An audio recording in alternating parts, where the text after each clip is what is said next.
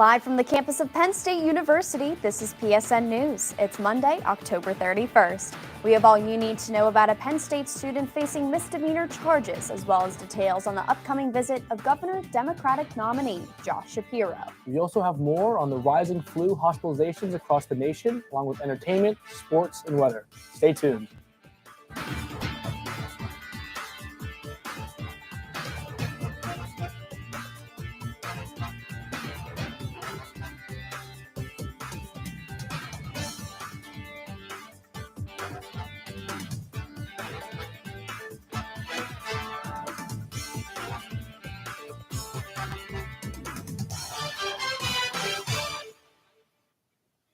Thanks for joining us tonight. I'm Hannah Markovich. And I'm Max Kuelger. A Penn State student is facing misdemeanor charges after the events surrounding Uncensored America's on-campus event meant to feature a founder of the Proud Boys. Police wrote that Bram Wooley was asked by 4 uniformed officers 10 times to move before he was arrested and removed from the area. Wooley was a part of the large crowd on the north side of the Thomas Building protesting the student-organized event. This event was eventually canceled by the university an hour before it was scheduled to begin. Wooley is charged with failure to disperse upon official order, disorderly conduct, and defiant trespass. Wooley was the only person charged after the event, and his preliminary hearing is scheduled for November 23rd. Penn State University announced it will no longer pursue plans to construct a new center for racial justice on campus. Instead, the $3.5 million of funding will be reallocated to support an evaluation of diversity, equity, and inclusion initiatives at all 24 Penn State campuses. The Center for Racial Justice was the idea of former President Eric Barron in 2020, proposed amid public outcry and protest. The More Rivers to Cross 2021 report examined the way that Black faculty members at Penn State have not been afforded the same equitable treatment as their counterparts. Compared to other schools in the Big Ten, there is a common sentiment that Penn State needs to improve their diversity, equity, and inclusion efforts. Such factors are becoming increasingly more important in the college selection process. As the midterm election day approaches, Centre County has been preparing to set up polling locations throughout the area. Field reporter Olivia Alsneimer has more details. Take a look. Yes, you can email it to elections. With the midterm elections coming up, election centers all across the country are gearing up and getting poll locations and workers ready. Centre County held trainings this week at the Penn Stater, going through all the procedures for poll workers ahead of Election Day. Some Centre County residents have been volunteering to work the polls for over 30 years. I do it because I believe in the U.S. Constitution, and our right to vote ties into that, and that's what democracy is all about. Historically, midterm elections have a low voter turnout. Fair Vote reports midterm elections get 40% of registered voters to go to the polls, compared to 60% in presidential elections. I hope I see a lot of voters out. It's exciting to me to do this job when we get big turnouts. Ultimately, the more people who vote, the better representation we have for democracy. Some Americans distrust our election system following the 2020 election, which in return increased poll worker interest dramatically. Some poll workers chose to work Election Day to give them more confidence that a free and fair election will occur. I know there was a lot of fraud going on in the last election, and I don't think we have enough safeguards in Pennsylvania overall. However, Centre County officials ensure they are ready, especially after training hundreds of poll workers. The room behind me has now emptied up as poll workers have left their 2-hour training and are all set for Election Day, Tuesday, November 8th. The training was led by Beth Leckman, the Director of Elections and Voter Registration here in Centre County. She spoke with us today to talk about the process they use in Centre County and her confidence in the upcoming elections. Centre County is very prepared and does an excellent job on getting the votes out. Centre County consists of approximately 106,000 registered voters, 88 polling locations, and 8 drop boxes. If you are interested in a walkthrough of the vote counting process, Centre County will be holding a public test on November 3rd at 1 p.m. For more information, visit centercountyvotes.gov or vote.pa.gov. Reporting from State College, I'm Olivia Alsneimer. The general election will be held Tuesday, November 8th, and polling locations will be open from 7 a.m. to 8 p.m. Following the campaign trail, Democratic nominee for Pennsylvania Governor Josh Shapiro will be visiting State College this week. Shapiro will bring his bus tour to Center County as part of his, quote, Get Out the Vote initiative. The event will be known as Rally in the Valley. It will take place outside of Old Main from 5:45 to 7:45 p.m. on Wednesday, November 2nd. Shapiro will be joined by Democratic Lieutenant Governor nominee, State Representative Austin Davis. The event is in collaboration with Penn State College Democrats. The rally is free to attend, but attendees are encouraged to register online beforehand. Shapiro has been Pennsylvania's Attorney General since 2017 and will face Republican nominee Doug Mastriano in the race for governor. With the support of a $140,000 grant, the Center County YMCA anti-hunger program will be able to double the amount of food they distribute. State Representative Scott Conklin presented the YMCA with the grant, which funded the purchase of a refrigeration truck. The truck will be able to provide fresh and frozen food to those in need across central Pennsylvania. Director Mel Curtis said this will bolster service efforts as transporting refrigerated goods was a large problem in the past. Food insecurity is an often underreported problem, and more support for programs like these help Pennsylvanians put food on the table. As we head into the month of November, what temperatures and conditions can we expect to see this next week? Jeremy Laguerre with Campus Weather Service has more details in this week's weather report. Take a look.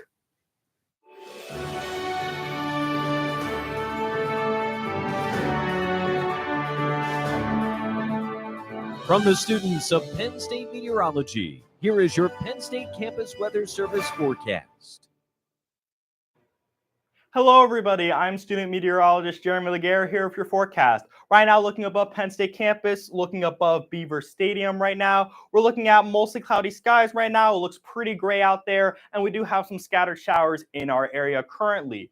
Right now, here in State College, mostly cloudy skies, 57 degrees with calm winds. Taking a look at our weather headlines right now. Rainy start to the week. We are expecting scattered showers to persist tonight into tomorrow. We dry up after Tuesday, and going into the midweek into next week, we are going to be seeing above average temperatures. Temperatures will run 10 to 15 degrees above average going into the middle of this week into next week. Now let's take a look at our temperatures currently. Currently in the State College area, we're looking at temperatures mainly in the 50s here in the State College area. And as we zoom out across the state of Pennsylvania, we're generally seeing a similar story with temperatures in the 50s, mainly across the central portions of the state, with a few 60s on the outskirts of the state of Pennsylvania.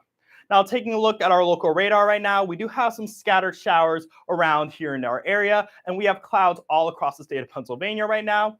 And taking a look at our future cast, these rain showers will stick around. As you can see, as we go into Halloween night tonight, there's going to be scattered rain showers across the state, places like Philadelphia, places just north of us, and we'll probably see some scattered showers here as well in State College going into tonight. Now, going into tomorrow, we see slight drying as we go into the middle of the night, but scattered showers will be around for tomorrow. We may have a few isolated rain showers, a few sprinkles here and there, but overall, we're much drier tomorrow. And as you can see, skies will begin to clear up by tomorrow afternoon. Now, going into tomorrow night, into tomorrow morning, we're going to still see those clouds around, but as we go into Wednesday afternoon, skies will clear up across the state of Pennsylvania, and we're looking at a mostly clear Wednesday afternoon and Wednesday night.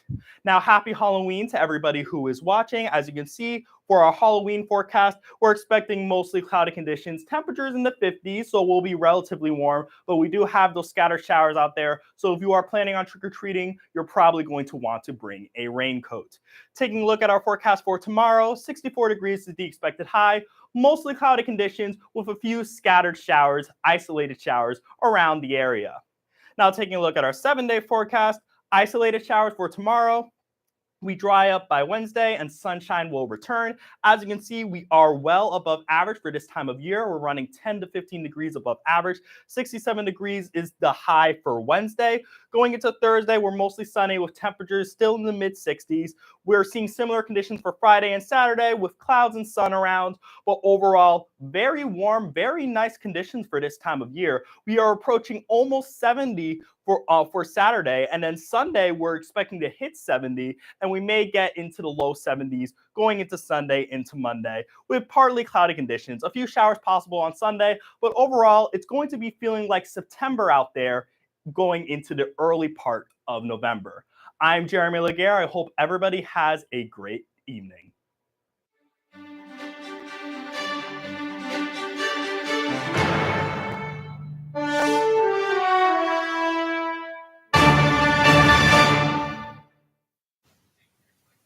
Welcome back to PSN News. I'm Morgan Bull with your sports update. Penn State football put up a fight against number 2 Ohio State Saturday, despite losing. The Buckeyes defeated Penn State 44-31 in Beaver Stadium. Although the Nittany Lions were not victorious, the game kept fans on their toes as it was a close match. Penn State had the lead for the majority of the game. However, a momentum shift in the fourth quarter led to the Buckeyes intercepting the ball and scoring a touchdown. Sean Clifford threw 3 interceptions throughout the game. Ohio State scored 28 points in the final quarter and remains undefeated, whereas Penn State is now at a record of 6-2. Penn State men's soccer ended its regular season with a victory. The Nittany Lions won Sunday's match against Michigan despite having a slow start. Michigan scored within the first 4 minutes of the match and kept the 1-0 lead going into halftime. However, Penn State bounced back and dominated the second half. The Nittany Lions won 3-2 with Van Danielson scoring the first 2 goals for the blue and white. With 15 minutes remaining in the match, Andrew Pivett scored the game-winning goal. The team is now getting ready for the Big Ten tournament. Moving on to the NFL, the Seattle Seahawks defeated the Giants on Sunday 23-13 in the fourth quarter. The Seahawks took the lead towards the end of the first quarter and kept the score 10-7 going into halftime. However, the Giants were able to tie up the match 13-13 heading into the final quarter after scoring a field goal. Saquon Barkley scored the Giants' sole touchdown for the game. By the fourth quarter, the Seahawks dominated and scored 2 touchdowns, putting them in the lead. The Seahawks have now won 5 games and the Giants have won 6. That's all for your sports update. After the break, Camila Vega has the latest updates from the entertainment world. Stay tuned. Wow, these are really good. You act surprised.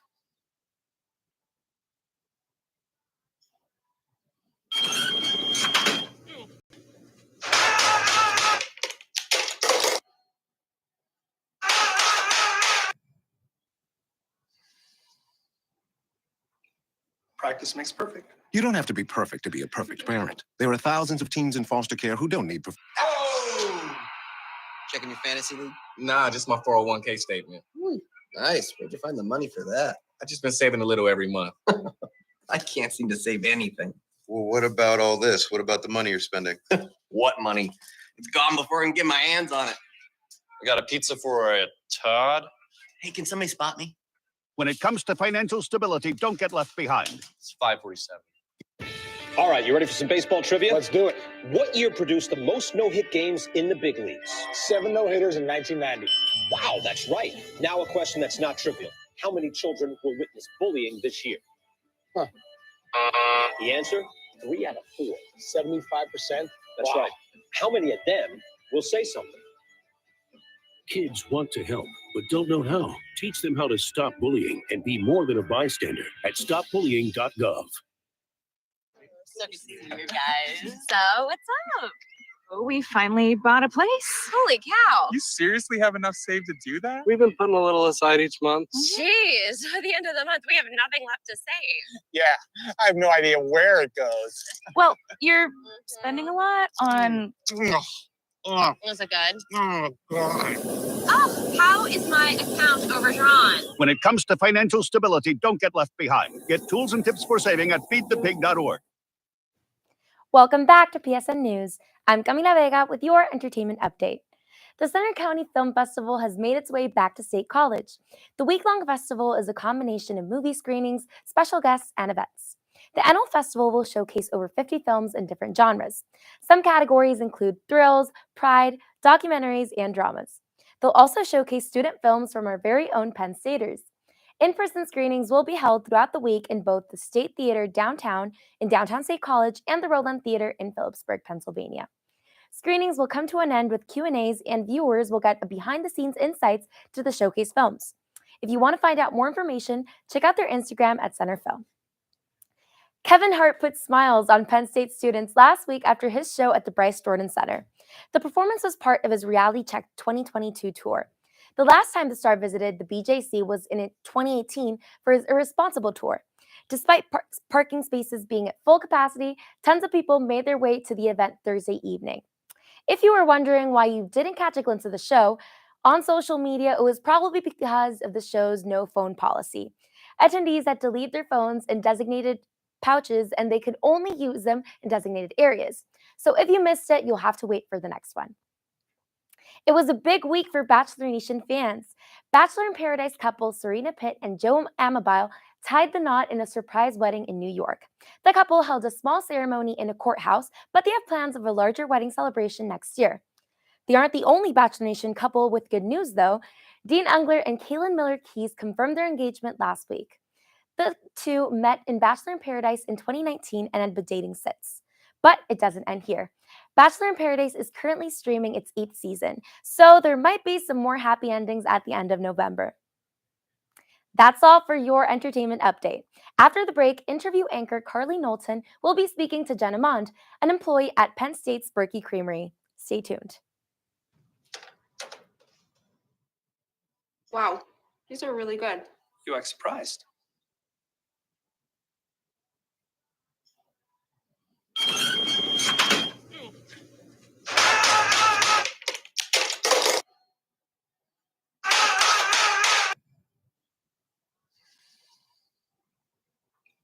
Practice makes perfect. You don't have to be perfect to be a perfect parent. There are thousands of teens in foster care who don't need Oh! Checking your fantasy league? Nah, just my 401k statement. Nice. Where'd you find the money for that? I just been saving a little every month. I can't seem to save anything. Well, what about all this? What about the money you're spending? What money? It's gone before I can get my hands on it. I got a pizza for a Todd. Hey, can somebody spot me? When it comes to financial stability, don't get left behind. It's 547. All right, you ready for some baseball trivia? Let's do it. What year produced the most no-hit games in the big leagues? 7 no-hitters in 1990. Wow, that's right. Now a question that's not trivial. How many children will witness bullying this year? Huh. The answer? 3 out of 4. 75%. That's right. How many of them will say something? Kids want to help, but don't know how. Teach them how to stop bullying and be more than a bystander at stopbullying.gov. So good to see you guys. So what's up? Oh, we finally bought a place. Holy cow. You seriously have enough saved to do that? We've been putting a little aside each month. Jeez, at the end of the month, we have nothing left to save. Yeah, I have no idea where it goes. Well, you're spending a lot on... Was it good? Oh, God. Oh, how is my account overdrawn? When it comes to financial stability, don't get left behind. Get tools and tips for saving at feedthepig.org.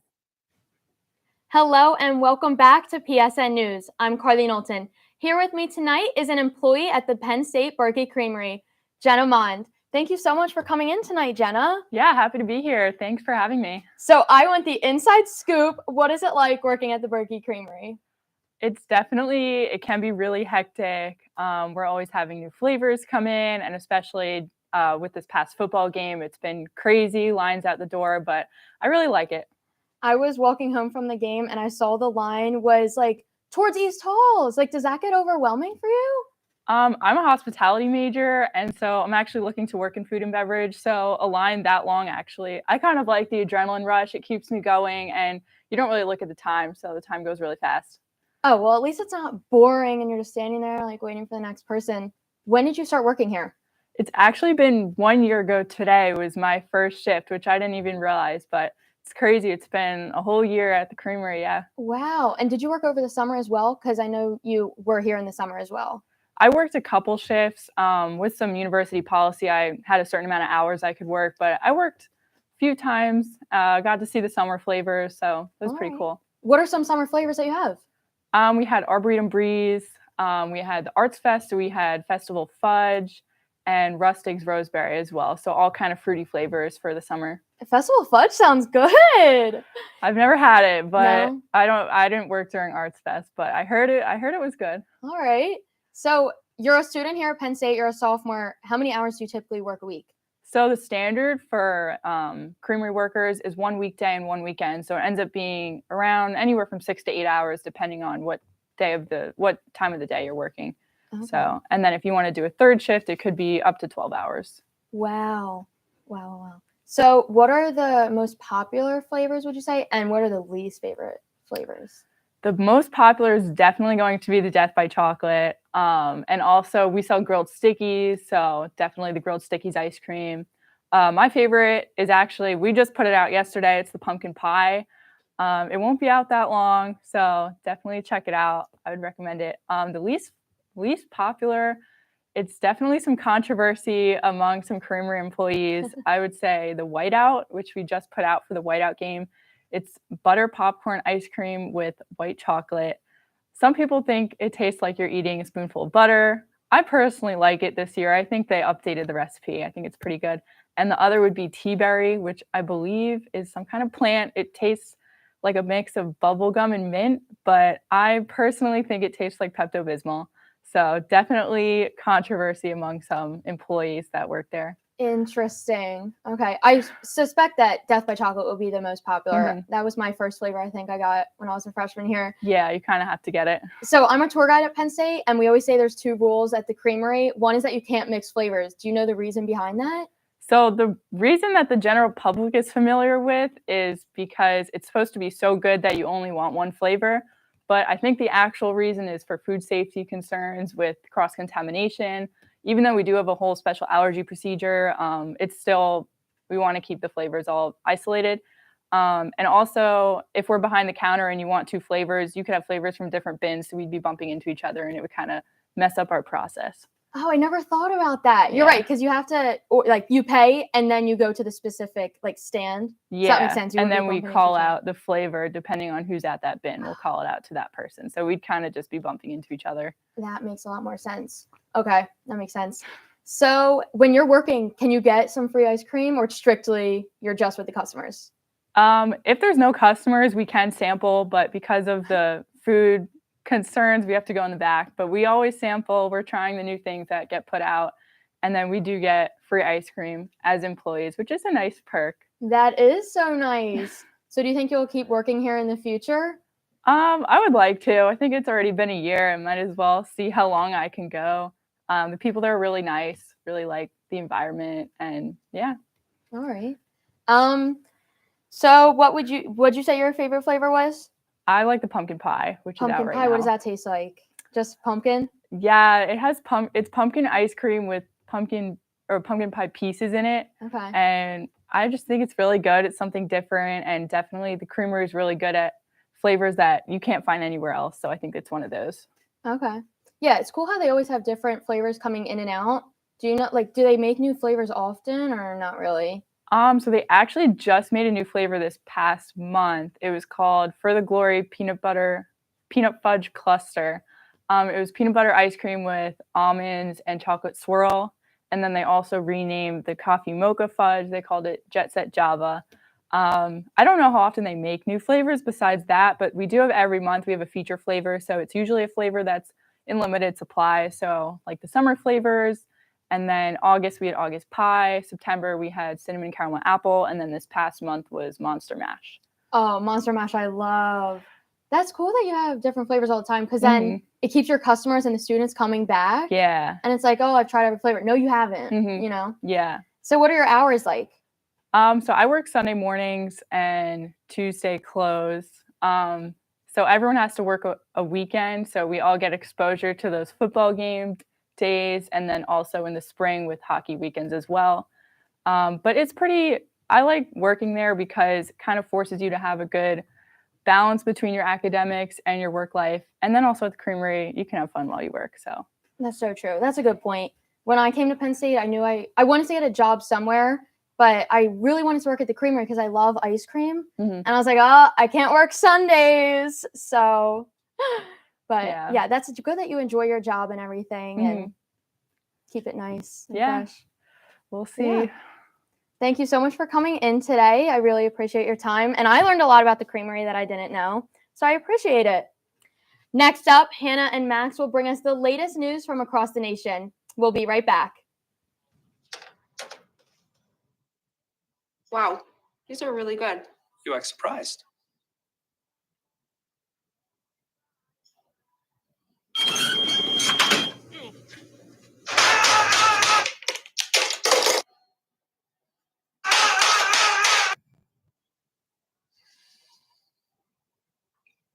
Practice makes perfect. You don't have to be perfect to be a perfect parent. There are thousands of teens in foster care who don't need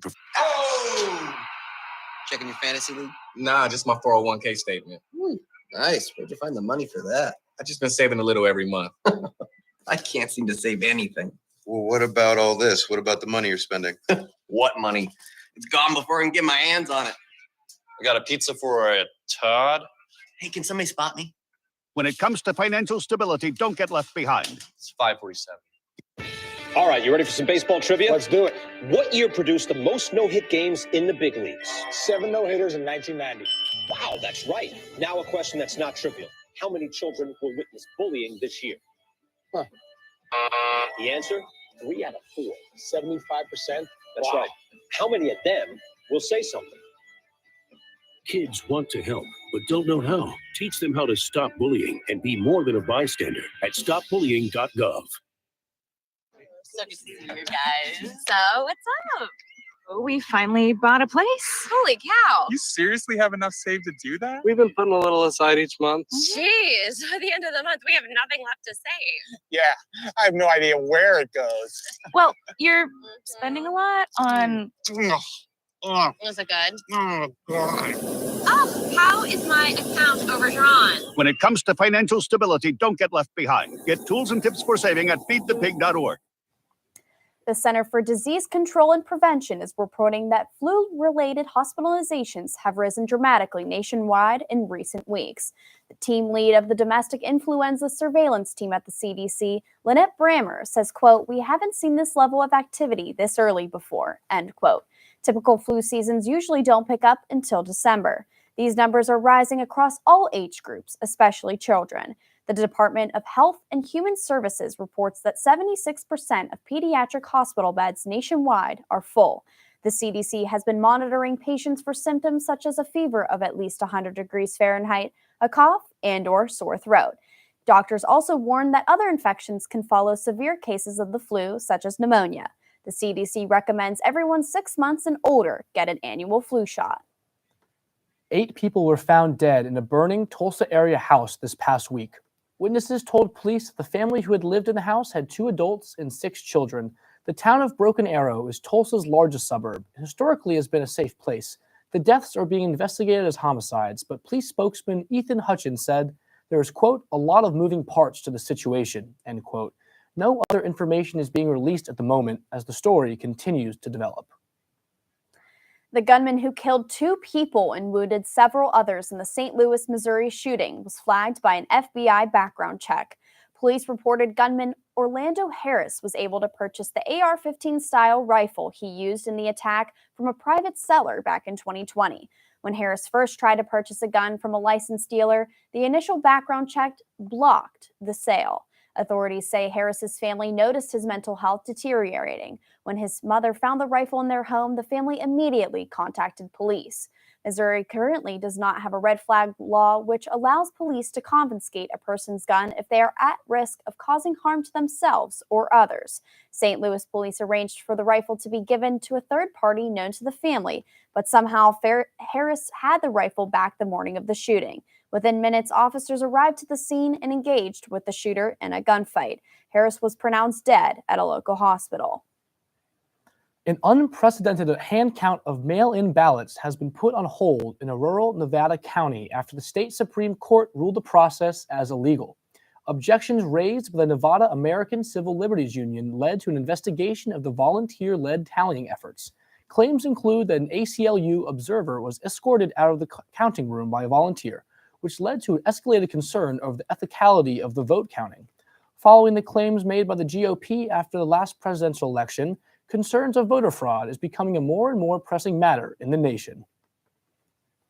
That concludes our show tonight at PSN News. Be sure to check us out on Twitter and Facebook at PSN News, on Instagram at Penn State Network News, and to subscribe to our YouTube channel at youtube.com/PSN News. Have a good night and a safe Halloween, Penn State.